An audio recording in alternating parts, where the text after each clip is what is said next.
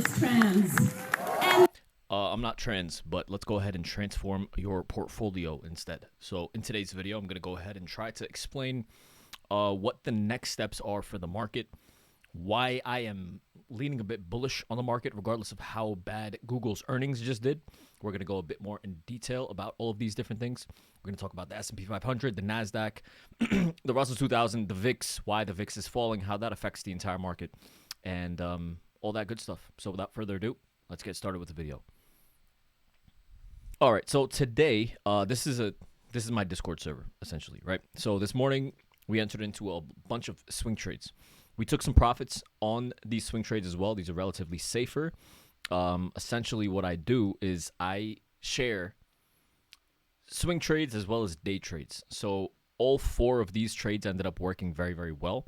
And thankfully, we have a 92.5% success rate for the month of January. So far for the month of February, technically it's 100%. So it's hopefully going to continue doing very well. And yeah, I'm going to try to explain to you guys why I wanted to lean a bit bullish today. And regardless, I hope you guys, enjoy today's video. And if you guys do want access to my trades and everything like that, the link to join is down below. All right, so I'm going to be very, very clear cut and honest about what's going on here, okay? I don't care about being correct. I don't care about being right all the time. I don't care about my success rate. I don't give a crap, okay?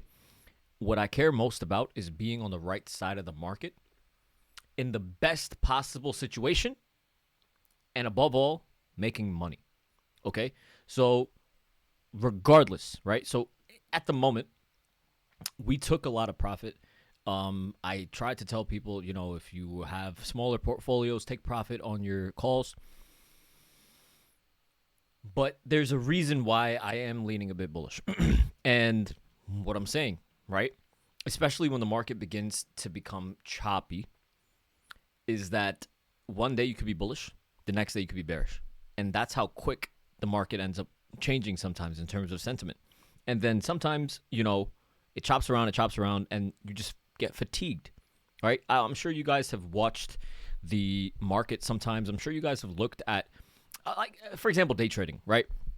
If you guys day trade and you see like a big green candle, you're like, okay, it's time to long.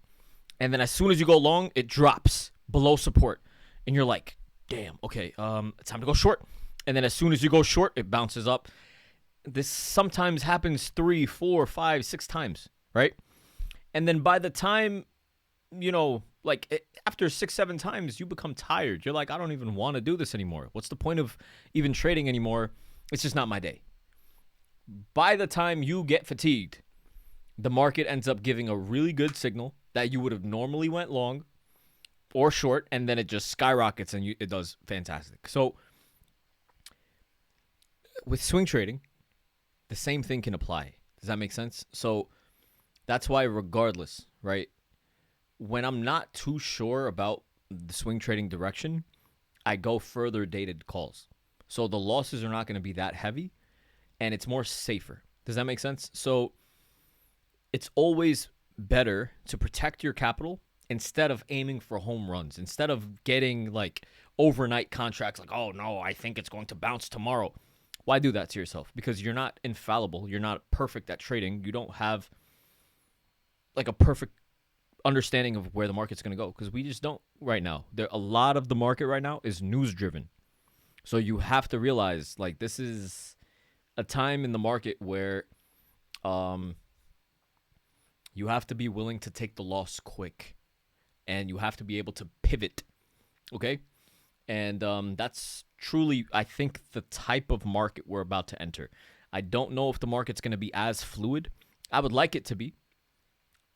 But let's see, okay? But regardless, that is irrelevant, regardless, okay? So basically, what I first want to look at is the VIX, okay? And we were monitoring the VIX yesterday as well, and I was basically, a big reason why I was bullish today was because yesterday I was talking about how bearish the VIX looked, right?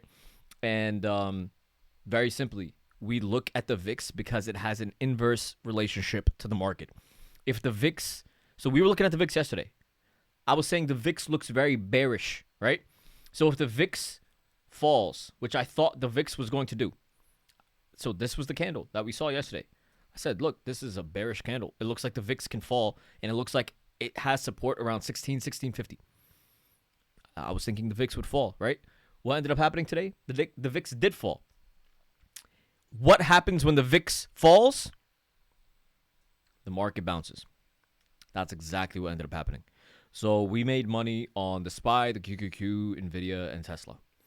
And thankfully, like the easier trade was sort of finished, because when the VIX is at extremes like this, when the VIX is at extremes, even over here or over here, when it's trading outside of the upper level of the Bollinger Band, it becomes a much easier time to be bullish on the overall market. Because if the VIX is very extremely overextended to the upside in terms of the Bollinger Bands, you have to assume it's going to fall.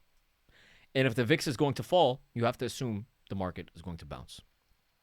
So that's really clear cut. That really solved a lot of issues today. Okay. Now, there's a few interesting things going on in the market. There's a lot of large tech stocks that are at levels of support or showing weakness. And then there's a lot of large tech stocks at their highs and showing a lot of strength. So it's a fun little mix of what is going on. But immediately for the VIX currently, I do think that the VIX still has a bit more room to go to at least 16. And that should pull the market up a bit higher as well. All right, so number one, this is a chart of Google. Google and AMD both just got backhanded.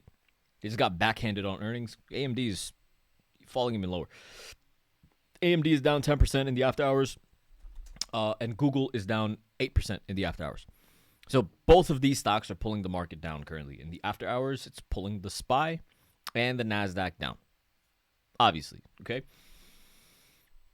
But now, immediately, right, pragmatically speaking, aside from Google and AMD, we have Microsoft, which is a major player in the market. Microsoft is sitting at a level of support. Amazon made new all-time highs, so it just makes sense. Amazon is clearly looking bullish. Netflix, clearly looking bullish as well.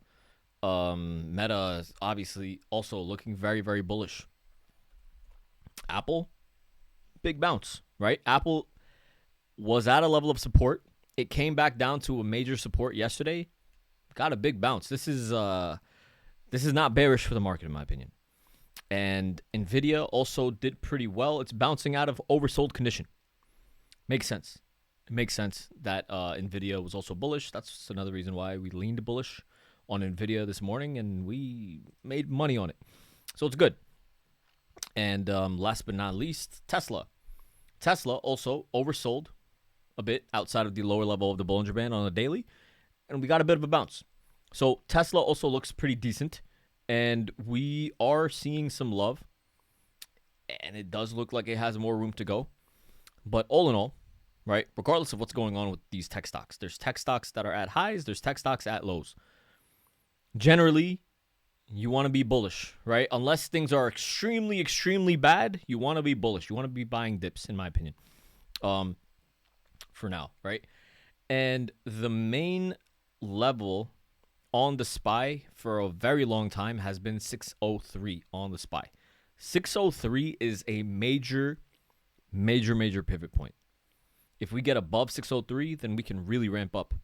But if we continue to fail at 603, it's tough. So you could see what ends up happening every single time we get to this white line, which is 603. It's a make or break level. And we're tapping on that level right now. But this is clearly a nice bullish structure, right? It looks like it wants to break above 603 and head to at least 606, 605 in my opinion. The NASDAQ also, it's very difficult to just randomly look at this setup on a daily time frame, even at the close, right? So at the open, I was bullish at the open. Okay, we went long at the open, and we rode the move up from the open, okay? This, at the close, how does this look bearish? just pragmatically, objectively speaking, right? Objectively speaking, it's very, very difficult for us to just be bearish on this, in my opinion. And it's tough. It's just, it goes again. You know, we could get some sort of a bearish reversal if like the market ends up breaking below 517, 518. Then yeah, the market looks bearish, and then at that point we'll enter puts for like a further dated. But then if it bounces back above 522, 523 from the lows there, how are we going to continue being bearish? You have to lean bullish. So that's why, you know, potentially these next few days, next few weeks can really just be pretty choppy. But one thing that I think will really give us a good, clearer understanding is if we just look at SPX seasonality. All right, so we're going to just look at this. So basically this is the S&P 500 seasonality over the past 20 years.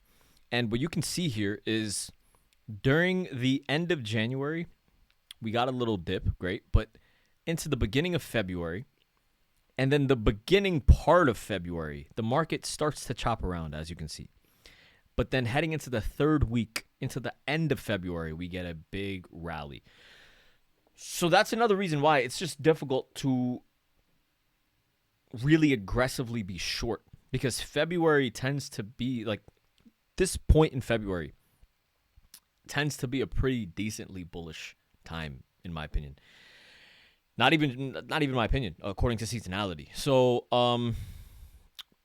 you know, I think we're positioned well. I think regardless of Google earnings and regardless, the fact that Apple is bullish, the fact that Tesla is trying to bottom out, the fact that Microsoft is also at support, and then all these other stocks are at levels of resistance and showing strength, it's difficult, in my opinion, to just be extremely bearish. Does that make sense? So I hope that makes sense. I hope you guys enjoyed today's video. Please make sure to like, comment, subscribe, do all that good stuff. And I will see you guys bright and early tomorrow morning in the Discord. Have a good one. Take care.